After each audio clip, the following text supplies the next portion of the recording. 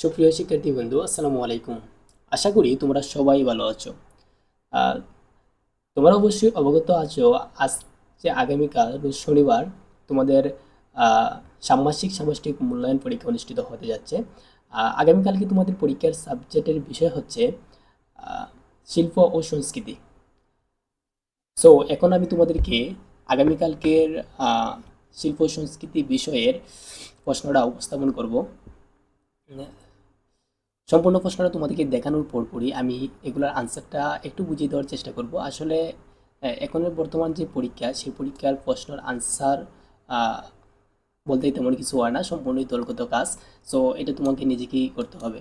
এখন আমি তোমাদেরকে প্রশ্নটা দেখিয়ে দিতেছি, এই প্রশ্নটা দেখে তোমার মতো করে তুমি সেই আনসারগুলো খুঁজে বার করবে।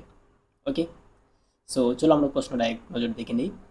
ভিডিওটা শুরু করার আগে প্রত্যেক দিন সেম প্রশ্ন পাওয়ার জন্য আমাদের এই চ্যানেলটাকে সাবস্ক্রাইব করে রাখতে পারেন। চ্যানেলটা সম্পূর্ণ নতুন। ওকে, চলুন আমরা প্রশ্নটা দেখে নিই। সপ্তম শ্রেণী শিল্প সংস্কৃতি। তোমাদের প্রথমে উপরে একটা দিক নির্দেশনা দেওয়া আছে, দিক নির্দেশনাটা আমি একটু পড়ে শোনাই। বিদ্যালয়ে মহান স্বাধীনতা ও জাতীয় দিবস উপলক্ষে অনুষ্ঠান আয়োজিত হবে। অনুষ্ঠানটির পরিকল্পনা ও আয়োজনের সকল দায়িত্ব তোমাদের। স্বাধীনতা দিবস উপলক্ষে বিদ্যালয়ে সজ্জা থেকে শুরু করে কি কি পরিবেশনা হবে তা তোমরা আলোচনা করে এটি করবে। মনে রাখতে হবে এটি পরিকল্পিতভাবে ধাপে ধাপে করতে হবে। ওকে, এখন আমি তোমাদেরকে এই যে কাজগুলো আছে প্রত্যেকটা কাজ আমি একটু বুঝিয়ে দেওয়ার চেষ্টা করব।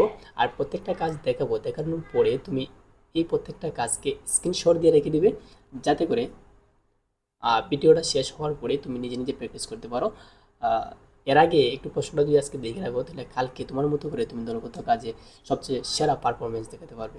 ওকে, চলো আমরা দেখে নিই সেই প্রশ্নের প্যাটার্নগুলো আসলে কি। কাজ একে, কাজ এক, অনুষ্ঠান আয়োজনের দলগত আলোচনা ও পরিকল্পনা। এখন অনুষ্ঠান আয়োজনের দলগত আলোচনা ও পরিকল্পনা বলতে কি বোঝায়, আসলে সেই কাজটা কি সম্পর্কে সেটা সম্পূর্ণ এখানে সুন্দরভাবে লেখা আছে। তোমরা এটা একটু কষ্ট করে পড়ে নিবে। আমি আর পড়ে ভিডিওটা লং করতেছি না, আমি তোমাদেরকে শুধু প্রশ্নটা দেখিয়ে দিই। আহ, পরে তিনটে এখানে লিখছে, আলোচনা সাপেক্ষে তোমার যে কোনো একটি দল বেছে নিয়ে নিচের কাজগুলো করতে হবে। দলগুলো হবে নিম্নরূপ: অনুষ্ঠান আয়োজক দল, অনুষ্ঠানে সাজসজ্জা দল, পরিবেশনা দল। ওকে, এই তিনটা দল থাকবে, তোমাদেরকে তিনটা দল থাকবে। থাকার পরে তোমরা এই তিনটা দলে আয়োজিত হয়ে এই অনুষ্ঠান আয়োজনের দলগত আলোচনা ও পরিকল্পনা করে নেবে।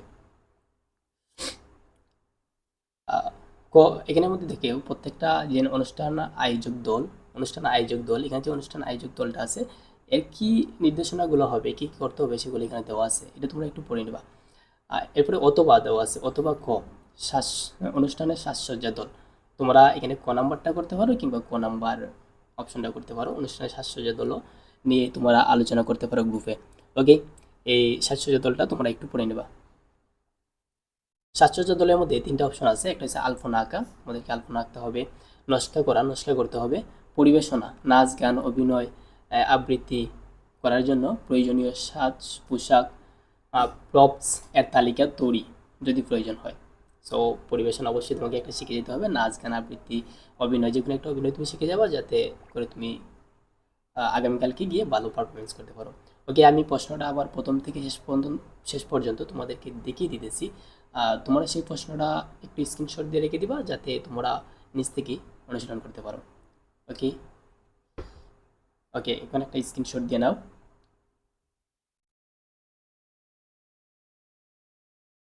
ঠিক আছে, এখন আরেকটা স্ক্রিনশট দাও। এখন আরেকটা স্ক্রিনশট দাও। ওকে, এখন তোমার মতো করে তুমি এগুলো পড়ে অনুশীলন করো। That's all. ভালো থাকবা, সুস্থ থাকবা। আসসালামু আলাইকুম।